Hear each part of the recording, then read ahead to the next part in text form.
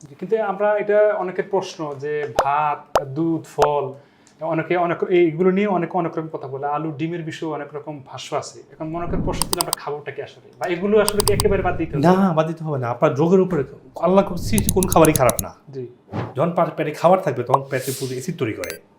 তখন যদি আপনি যদি টক দই খান তাহলে ব্যাকটেরিয়াগুলো অ্যাসিড মেরে ফেলবে।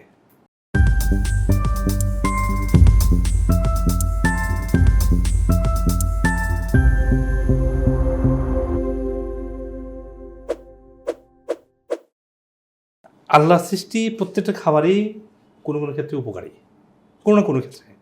বললেন ভাত, বাচ্চারা আপনি ক্যালোরি পাবেন কীভাবে? correct। যে ডায়াবেটিস, যে সে টেম্পোরারি ভাতটা খাবে না, সে ক্যালোরি নেবে মাছ থেকে, মাংস থেকে, টেম্পোরারি। জি, আপনার পটেটো একই জিনিস, যার শরীরে ইনফেকশন হয় সে পটেটো স্টার্চ খেতে পারবে না। পটেটো হচ্ছে ফুল অফ নিউট্রিয়েন্ট, যার কোনো পেটে ইনফেকশন নাই তাদের পটেটো খাবে। ডায়াবেটিস হলেও খাবে না, সেটা একটা সুগার ফর্ম করে। এরপরে আর কি বললেন? মানে ডিম, আলু। না, ডিমও তো ভালো, মাংস। ডিম ফার্মেরটা ভালো না, ফার্মের তো ডিম না, এটা ওষুধ দিয়ে বড় করছে, ওষুধ মাখা ডিম না এটা। জি, তারপরে দুধ তো খারাপ না, দুধটা হচ্ছে ভালো, কিন্তু দুধটা হচ্ছে ফার্মের যে গরুকে দুধটা আসছে সেই গরুকে তো আপনি বিষ খাওয়াই বড় করছেন। জি, আপনি আশা কীভাবে করে দুধটা ভালো হবে, তাই না? জি, জি। আর ফল, মানে ফল নিয়েও মানুষের একটা হ্যাঁ, ফল সবই ভালো। কোরআন শরীফ তো আল্লাহ তাআলা কত হাদিস আসছে ফলের ব্যাপারে। জি, কোরআন শরীফ তিনি উল্লেখ করে বলছেন এই ফল জানাই দিবে, তাই না? জি, যদি জান্নাতের ফলগুলো অন্যরকম, এই ফলের সাথে মিলবে না। জি, কিন্তু ফল যখন ডায়াবেটিস হয়, ফ্যাটি লিভার হয়, যখন ক্যান্সার হয়, অনেক ক্ষেত্রে ক্যান্সার কোনো ক্ষেত্রে খেতে পারে, কোনো ক্ষেত্রে পারে না, ডিপেন্ড করছে কোন টাইপের উপরে। তাহলে নবীজির একটা হাদিসও আছে, যখন কোনো সাহাবী অসুস্থ হতেন বলছে তুমি ওই ডাক্তারের কাছে যাও। নবীজির সামনেই ভালো চিকিৎসা না। রাসূল ইসলাম বলছেন যে হ্যাঁ, হ্যাঁ তোমরা এই খাওয়াটা খাবে না, কারণ এটা ক্ষতিকর। ডাক্তার বলেছে, কিন্তু রাসূল ইসলাম এটা সাপোর্ট দিয়েছে। আচ্ছা, তো তার মানে কি, অসুস্থ হলে কোনো খাবার, ভালো খাবার খাওয়া যাবে না, এটা তো স্বাভাবিক, এটা হইতেই পারে। জি। কিন্তু মানে ফল খাওয়ার নিয়মটা বা সময়টা আসলে কেমন হতে পারে? খাওয়ার আগে খেতে হবে, খাওয়ার পরে যেহেতু না, উল্টা। টক আমরা উল্টা মিষ্টি করি আছে। আর কি। হ্যাঁ, আগে correct। খেলেই আপনার হজমে উপকার হবে। আগে খেলে বডি সহজে নেবে, পরে খেলে বডিতে ক্যালোরিটা আকারে গ্রো করবে, আচ্ছা, পরে খেলেই লিভারে গিয়ে ফ্যাট জমা হবে। জি। খেতে হবে খাওয়ার আগে। আচ্ছা, আরেকটা হলো সবচেয়ে অতি প্রয়োজনীয় বা পরিচিত দুটি শব্দ বা খাবার, টক দই এবং ভিনেগার। এই দুটা নিয়ে অনেক রকম ভাষ্য।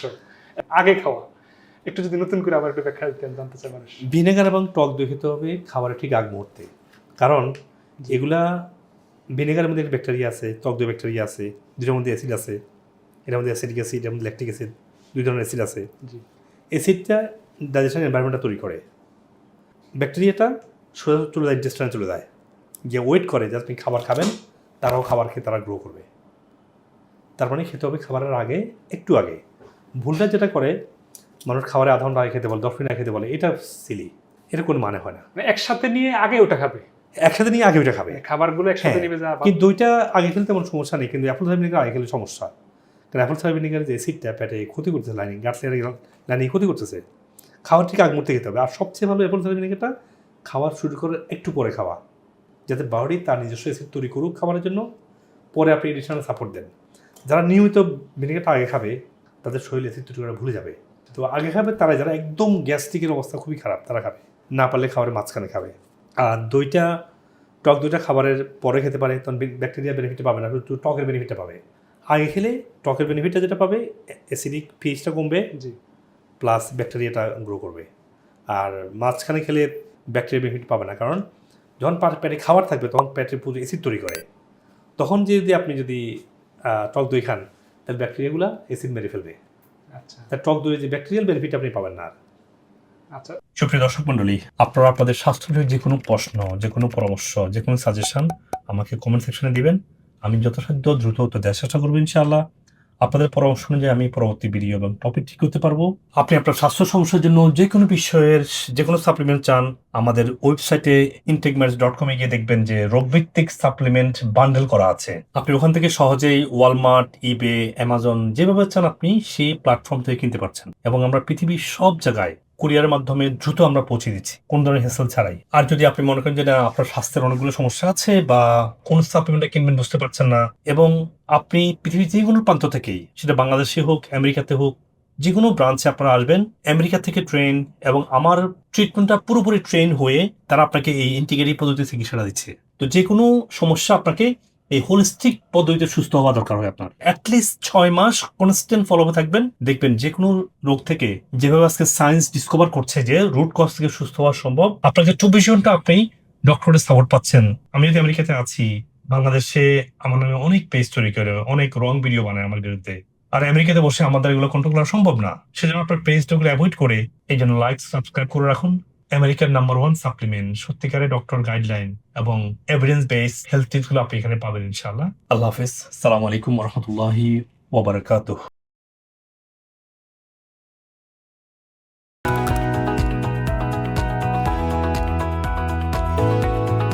আমার এমন অবস্থা হয়ে গেছিল যে আমার জীবনে বাঁচার আশা ছেড়ে দিচ্ছে। ওষুধ খাইলে যদি রোগ ভালো না হয়, কোনো কিছুই ভালো লাগে না। তখন মাথায় দেখা যায়, মাথার ভিতরে দিয়ে ঘাও পুরা শরীরে হয়ে গেছিল।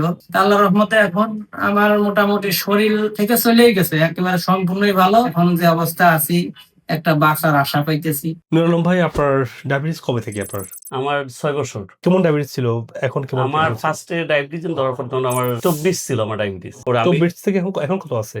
এখন তো 6 তাহলে মধ্যে এখন ডায়াবেটিস নাই কি? ডায়াবেটিস 6.4 পার হলে ডায়াবেটিস বলা হয় আর কি।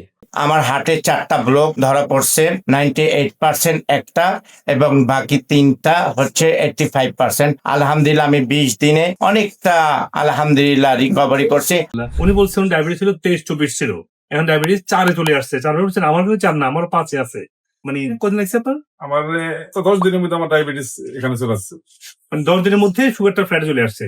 পেটটা ফাঁপা থাকতো, পেটে গ্যাস হইতো, কোনো শান্তি পেতাম না। বিশেষ করে লাঞ্চের পরে গ্যাসের প্রবলেমটা ফেস করতেছিলাম। আমার কাছে মনে হচ্ছে না যে এটা মনে জেনুইন প্রবলেম। আসলে আমি খুবই হ্যাপি। আমি 2019 সাল থেকে সিকেডি রোগে ভুগতেছি। আমি চিন্তা করছি আমি তো হয়তো আগামী রমজান পাবো না। এইভাবে আমি এটা মাথায় নিছি যে আগামী রমজান আমার জীবনে হয়তো আসবে না, হয়তো আমার কিছুদিন পরে ডায়ালাইসিস লাগবে। কিন্তু যে আমি আজকে আসলে গতদিন যে আমি এই সাকসেসটা দেখবো ইনশাল্লাহ, এখন আমার মরে গেলে আর কোনো আফসোস নাই। 27 তারিখ আমি পরীক্ষা করি, ওরে দেখে অবিশ্বাস্য আমার মানে কি বলবো, এত খুশি যে আমার জিএফআর 43 থেকে 59।